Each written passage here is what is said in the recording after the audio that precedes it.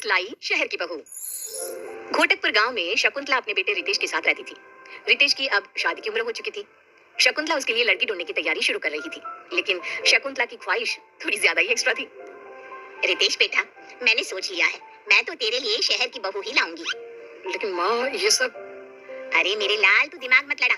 तू बस शादी के मंडप में बैठ जाना, बाकी सबकी जिम्मेदारी मेरी। बहुत इतराती है ना गांव की आस पड़ोस की औरतें, मेरी बहू ऐसी है, मेरी बहू वैसी है, ये वो।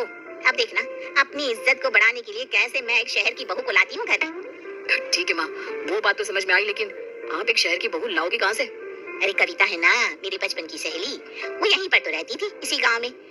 लेकिन जब वो 20 बरस की हो गई, तब उसके पिताजी को बड़ी नौकरी का बुलावा आया और वो शहर चली गई। उसी की बेटी है मानवी, उसके साथ तेरा ब्याह होगा। मैंने तो बात भी कर ली है और कल शगुन भी भेजूंगी। बचपन की सहेलियां शकुंतला और कविता एक दूसरे को मिलती हैं और दोनों परिवार आपसी सहमति से रितेश और मानवी का रिश्ता पक्का करते हैं और चंद दिनों में रस्मों रिवाजों से उन दोनों की शादी भी हो जाती है।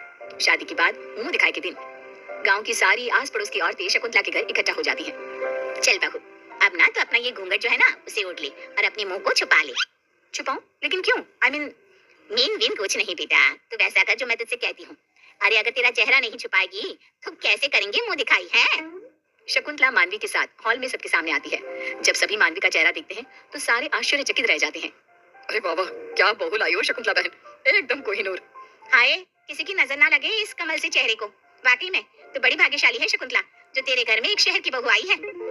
वही तो, रूप रंग और चाल चलन भी कितना सुंदर है मानवी बहू का, पढ़ी लिखी भी है और इतनी होनहार भी। मैंने तुम सबसे कहा था ना कि मेरी बहू लाखों में एक होगी। अरे वादों की बड़ी पक्की है ये शकुंतला। हाँ, मानवी के आने से घर वालों की नजरों में शकुंतला की और भी ज्यादा इज्जत बढ़ जाती है। रोज कई लोग उसकी तारीफ करते और बधाइयां देते हैं।